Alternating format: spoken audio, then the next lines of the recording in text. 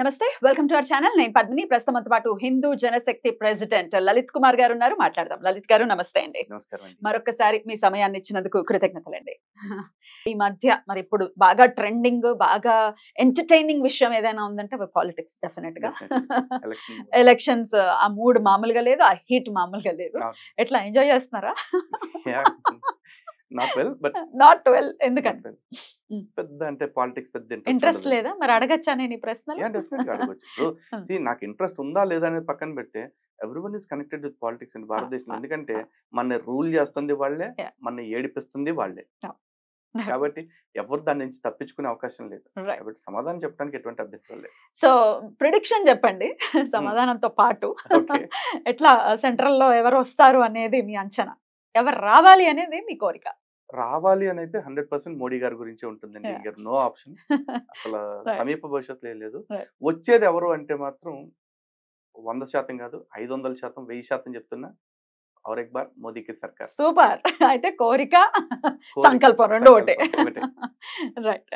ఎందువలన హిందూ సమాజాన్ని మీరు డెఫినెట్ గా పైకి తీసుకురావాలన్న ఉద్దేశంతో మోదీ రావాలి అని అంటున్నారా? ఇంకేమైనా కన్సిడరేషన్స్ ఉన్నాయా? ఒకటండి, హిందూ సమాజం కోసం మోదీ గారు ప్రత్యేకంగా ఏదైనా చేశారు అని చెప్తే అప్పుడు నేను అనొచ్చు అన్నమాట. మోడీ గారు ఈ దేశం కోసం చేశారు, ఏది చేసినా కూడా హిందూ సమాజం కోసం ప్రత్యేకంగా ఏమీ చేయలేదు. ఈరోజు రామ మందిర్ నిర్మాణం జరిగింది కాబట్టి అది మోడీ అనుకుంటారు. రామ మందిర్ నిర్మాణం చేసింది ఎవరు? హిందువుల డబ్బులతోటి, హిందువుల పోరాటంతో ఇది సాధ్యపడింది. నేతృత్వంతో సాధ్యపడింది. అంతే, అంతవరకే. మోదీ గారు నాయకుడిగా ఉన్నప్పుడు సాధ్యపడింది. కరెక్ట్. కానీ మోడీ గారు ప్రభుత్వ డబ్బుల్లో నుంచి ₹1 మాకు ఆలయ నిర్మాణానికి ఇవ్వలేదు.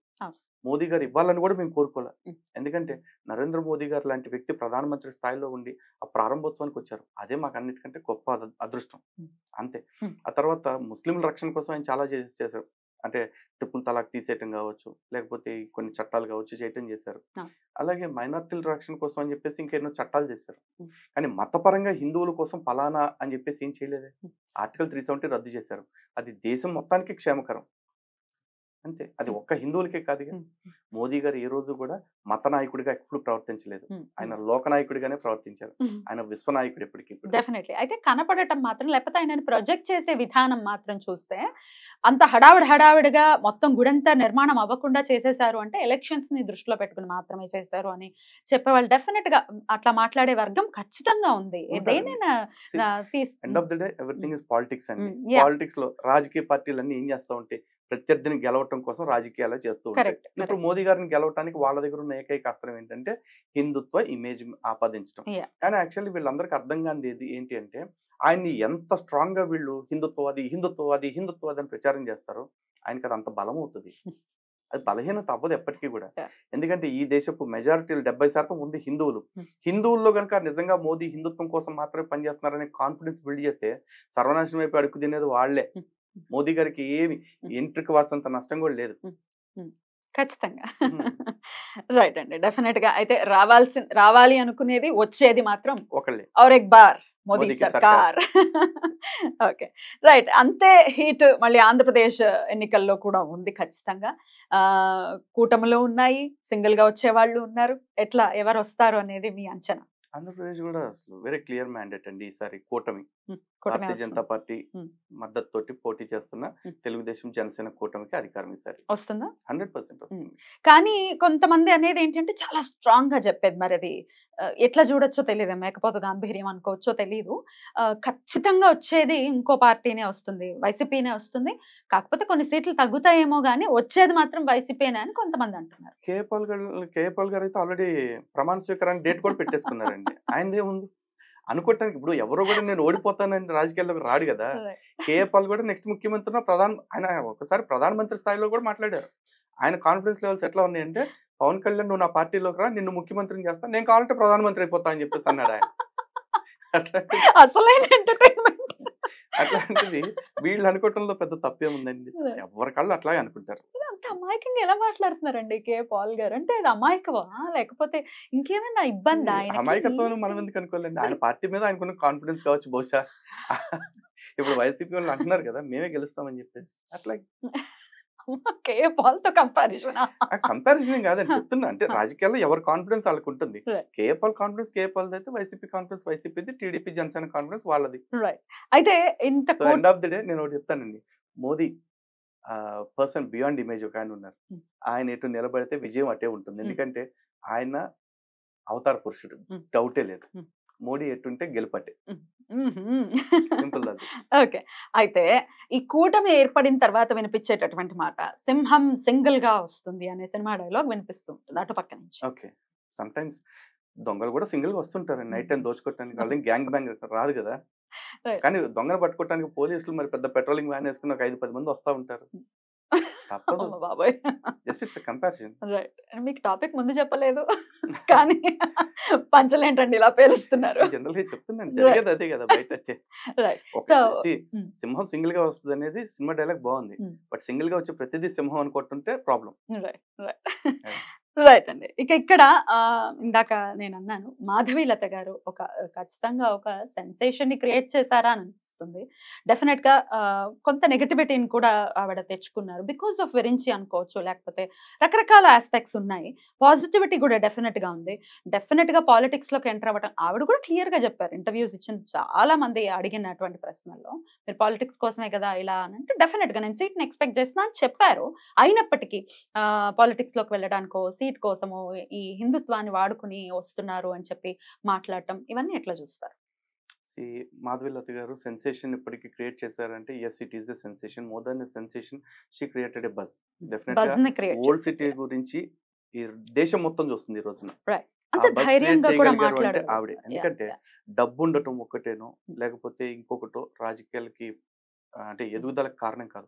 ఆవిడ దగ్గర డబ్బుతో పాటు మాట్లాడగల టాలెంట్ ఉంది. మోర్ దాన్ దట్ సబ్జెక్ట్ ఉంది. దానికంటే కూడా కమిట్మెంట్ కనిపిస్తుంది హిందుత్వం పట్ల. ఆవిడ అలా అని చెప్పేసి హిందుత్వం పట్ల కమిట్మెంట్ ఉంది అంటే అక్కడ ఉన్న వేరే మతాల వాళ్ళందరినీ చంపేయండి, నరికేయండి అని అనట్లేదు ఆవిడ. ఆవిడ మోదీ గారి సిద్ధాంతం ఏదైతే ఉందో సబ్కా సాత్ సబ్కా వికాస్ అనే దాన్ని పుణికి పుచ్చుకున్నారు. ఆ సబ్కా సాత్ సబ్కా వికాస్ అన్నట్లు అందరినీ కలుపుకుంటూ వెళుతూ అందరూ ఓట్లు పొందే ప్రయత్నం చేస్తున్నారు. End of the day politics is number game అండి. ఆ నెంబర్ గేమ్ లో ఎవరికి 51 ఓట్స్ కావాలి, 51% ఓట్స్ ఎవరు వస్తే వాళ్ళు గెలిచిన వాళ్ళు. ఆవిడ 51% ఓట్స్ కోసం ఆవిడకి వీలైన అన్ని మార్గాల్లో ట్రయల్స్ చేస్తున్నారు. దానిలో తప్పేముంది? స్ట్రాటజిక్ గా వెళ్ళారు అనేది మాట్లాడుతున్నారు. హిందుత్వాన్ని వాడుకున్నారు అని మాట్లాడుతున్నారు. వాడుకోనివ్వండి, మేమే చెప్తున్నాం. ప్రతి రాజకీయ పార్టీ ఈ రోజు హిందుత్వం ఎత్తుకుంటే మాకు ఇంకా సంతోషం. ఆవిడ ఒక్కళ్ళేంటి? ఎండ్ ఆఫ్ ది డే రాజకీయ పార్టీలు అన్నీ కూడా హిందుత్వాన్ని ఎత్తుకున్నైనా సరే కనీసం హిందువుల పక్షానికి రావాలని మేము కోరుకుంటున్నాం. మా కోరిక ఎంత బలంగా ఉందంటే, అధికారంలో ఒక హిందుత్వ పార్టీ ఎట్లా ఉందో ప్రతిపక్షంలో కూడా రేపు హిందుత్వ భావజాలం కలిగిన పార్టీలే ఉండాలి. ఎందుకంటే 70 ఏళ్ల నుంచి హిందువులకు జరిగిన దోపిడీ కావచ్చు, అన్యాయం కావచ్చు, లేదా 2000 సంవత్సరాల నుంచి భారతదేశంలో హిందువులపై జరుగుతున్న అన్యాయాల విషయంలో కావచ్చు, మాకు నష్టపరిహారం జరగాలి అంటే మాత్రం ఖచ్చితంగా అన్ని పక్షాలు హిందుత్వాన్ని ఎత్తుకోవాలి. హిందువులకి బంగారపు ముద్దల్ని వండి పెడుతున్నా కూడా ఇది కాదు, ఇంకా హిందువులకి ఏదో చెయ్యాలి అని అడిగేంత పార్టీలు కావాలి మేము కోరుకుంటున్నాం. ఎందుకంటే హిందువులకి అంత స్థాయిలో అన్యాయం జరిగింది, ఈ రోజు కూడా జరుగుతూ ఉంది. అటువంటి అన్యాయాన్ని ప్రశ్నిస్తానికి ఆవిడ వచ్చి హిందుత్వాన్ని వాడుకుంటున్నారంటే మాకేం అభ్యంతరం లేదుగా. హిందువులుగా హిందుత్వవాదులుగా మాకు లేని అభ్యంతరం మిగతా వాళ్ళకి ఎందుకు ఉండాలండి? అండ్ మోరోవర్ ఆవిడ గురించి హాస్పిటల్స్ గురించి చెప్తున్నారు. వ్యాపారాలు చేసేటప్పుడు దానిలో మంచి జరగవచ్చు, ఒక్కోసారి తెలియకుండా చెడు జరగవచ్చు, లేదా కొన్నిసార్లు ఉద్దేశపూర్వకంగా కొన్ని జరిగితే జరిగి ఉండొచ్చు. చిన్నప్పుడు ఇప్పుడు ఫారెక్స్ తిన్నారు కదా అని పెద్ద అయిన తర్వాత కూడా అదే తింటూ కూర్చోరుగా. గతంలో ఎవడో మందు తాగాడని జీవితకాలం వాడి తర్వాత మందు మానేసినా కూడా దాన్నే పెట్టి దెప్పలేంగా. అలాగే దెప్పకూడదు కూడా. అలాగే ఆవిడ వ్యాపారం విషయంలో ఏం జరిగిందో నిజంగా చెడు జరిగింది అని వింటమే నేనైతే చూడలేదు పర్టికులర్ గా. చూడనప్పుడు నేను ఎందుకు మాట్లాడతాను? నాకు ఇప్పుడు మాధవీలత గారు ఏంటి, మాధవీలత గారు గెలిస్తే ఏం చేస్తాం అంటున్నారు. గెలిచిన తర్వాత అవి చేసే ఆలోచన లేకపోతే గెలిచిన తర్వాత చేసే చిత్తశుద్ధి ఆవిడలో ఉందా లేదా, వీటిల్ని నేను దూరం నుంచి చూస్తున్నప్పుడైతే నాకు ఖచ్చితంగా కాన్ఫిడెంట్ గా ఉన్నాను. నేను ఆవిడ గెలవాలని మనస్ఫూర్తిగా కోరుకుంటున్నా. నేను గెలవాలని అంటే ఆవిడ గెలవాలని నేను కోరుకోవడానికి కారణం ఏంటంటే మాధవీలత గారి మీద అభిమానం కాదు. అక్కడ ఓల్డ్ సిటీ ప్రజలు ఎవరైతే ఉన్నారో వాళ్ళు కూడా జీవితాలు మారాలి. వాళ్ళందరూ కూడా ఆ ఇరుకు వీధుల్లో నుంచి ఆ బురక చీకట్లలో నుంచి బయటికి రావాలి. వాళ్ళు కూడా ఆనందంగా బతకాలని మేము కోరుకుంటున్నాం. కాబట్టి వాళ్ళు గత 40 ఏళ్ళగా 50 ఏళ్ళగా ఎంపీలుగా ఉంటూ ఏ పని చేయకుండా కేవలం మతం లేదా మత ఉద్రిక్తతల్ని రెచ్చగొడుతూ బ్రతికేసిన వాళ్ళు ఎవరైతే ఉన్నారో వాళ్ళ కబద్ధ హస్తాల్లోంచి వీళ్ళు బయటికి రావాలని కోరుకుంటున్నాం. దానికి ఆప్షన్ ఎవరు అంటే ఇప్పటికి నేను చూసిన వాళ్ళు the best leader is Madhavi Latha. మరి వాళ్ళు చూస్ చేసుకుంటారా మాధవీలత గారిని? నాకైతే ఖచ్చితంగా నమ్మకం ఉందండి చూస్ చూస్ చేసుకుంటారని. బికాస్ ఎందుకంటే 40 ఏళ్ల అణచివేత తర్వాత కూడా 40 ఏళ్ల దాన్ని ఏమంటారు మోసం తర్వాత కూడా ఇంకా ఆలోచించకుండా ఉంటారని అయితే నేను అనుకోవట్లే. ఖచ్చితంగా ఆలోచిస్తారనుకుంటున్నా. మాధవీలత గారిని గెలిపిస్తారని అనుకుంటున్నా. దానికి తోడు రీసెంట్ గా జిహెచ్ఎంసీ ఎలక్షన్ కమిషన్ తీసుకున్న నిర్ణయం ఒకటి, జిహెచ్ఎంసీ పరిధిలో ఉన్న దాదాపు 5,40,000 దొంగ ఓట్లని, చనిపోయిన ఓట్లు కావచ్చు, దొంగ ఓట్లు కావచ్చు, వీటన్నింటిని కూడా తొలగించడం జరిగింది. కాబట్టి ఓల్డ్ సిటీ ఎన్నిక, హైదరాబాద్ ఎంపీ ఎన్నిక ఈసారి పారదర్శకంగా జరుగుతుందని మేము అనుకుంటున్నాం. At the same time Asaduddin Owaisi, Akbaruddin Owaisi వాళ్ళు గతంలో చేసిన ఎలక్షన్ రుబాబులు ఏవైతే ఉన్నాయో ఈసారి అవి కూడా అడ్డుకట్ట పడుతుందని అనుకుంటున్నాం. ఎట్లాంటి రుబాబులు చేశారండి? ఎలక్షన్ పోలింగ్ బూత్లకు వెళ్ళిపోయి బూత్లు మేనేజ్ చేయడం, బూత్ క్యాప్చరింగ్ చేయడం, అట్లాంటి వార్తలు చాలా విన్నాం మేము యూట్యూబ్. ఈసారి అట్లాంటివన్నీ కూడా కట్టడి చేస్తారని చెప్పేసి అనుకుంటున్నాం. కాంగ్రెస్ పార్టీ చేస్తుందని అనుకోవచ్చా? మేబీ కాంగ్రెస్ పార్టీ కావచ్చు, ఎంఐఎం సపోర్ట్ చేసే ఇతర పార్టీలు కావచ్చు, లేదా ఎంఐఎం స్వయంగా కావచ్చు, ఎవరు చేస్తారనేది అంటే government at this point of time I may not. But government చేస్తుందా అంత పారదర్శకంగా? ఎలక్షన్ అనేది ఎలక్షన్ కమిషన్ ఆధ్వర్యంలో నడుస్తుంది. It's an autonomous body. కాబట్టి ఎలక్షన్ కమిషన్ మీద మాకు నమ్మకం ఉంది. మాకు ఎలక్షన్ కమిషన్ మీద కాదు, ఈ దేశపు హిందువులుగా మేము చెప్తున్నాం, ఈ దేశంలో ఉన్న ప్రతి వ్యవస్థ పట్ల మాకు సంపూర్ణ గౌరవం ఉంది. ఈ దేశంలో వ్యవస్థల్ని, రాజ్యాంగాన్ని గౌరవించే ఏకైక వర్గం, మళ్ళీ చెప్తున్నానండి, ఏకైక వర్గం హిందువులు మాత్రమే. రైట్. అయితే ఆవిడకి ప్రాణహాని ఉంది అనే వార్తలు కూడా తెగ వైరల్ అయ్యాయి, చూసే ఉన్నాము. ఆవిడకి వై కేటగిరీ సెక్యూరిటీని కూడా ఇవ్వటం జరిగింది. ఉంటుందా అంటే హైపోథెటికల్ అండి, నేను చెప్పలేను. బట్ ఉండదు అని అయితే అనుకోవటానికి లేదు. ఎందుకంటే అవతల వ్యక్తులను మీరు చూసినట్లయితే గతంలో ఎన్నికలు అయిపోయిన నెక్స్ట్ మినిట్, ఎన్నికల రిజల్ట్స్ వచ్చిన రోజున డైరెక్ట్ గా ఎంఐఎం పార్టీకి సంబంధించిన ఎమ్మెల్యే అండ్ కార్పొరేటర్స్ కొంతమంది అప్పటి హోంమంత్రి మహమూద్ అలీ గారి ఇంటికి వెళ్ళి మహమూద్ అలీ కొడుకుని కొట్టారు. అప్పుడు deputy CM come home minister. ఒక హోమ్ మినిస్టర్ కమ్ డిప్యూటీ సీఎంని ఇంటికి వెళ్ళి కొట్టిన వాళ్ళకి ఒక ఎంపీ ఆస్పిరెంట్, ఎంపీ కంటెస్టెంట్ ఆవిడ మీద దాడి చేయరంటానికి, లేకపోతే ఆవిడకి ఏదో హాని చేయరంటానికి ఏం గ్యారంటీ ఉంది? కాబట్టి జరగదు అనుకోవటానికి ఖచ్చితంగా లేదు. కానీ అంత ధైర్యంగా ఒక స్త్రీ, డెఫినెట్ గా మనకి చరిత్ర చూసుకుంటే మనం చాలా మందిని చూసాం అంత ధైర్యంగా ఉన్నటువంటి స్త్రీలు. ఇప్పుడు మళ్ళీ ఇంకో మాధవీలత గారిని చూస్తున్నాము.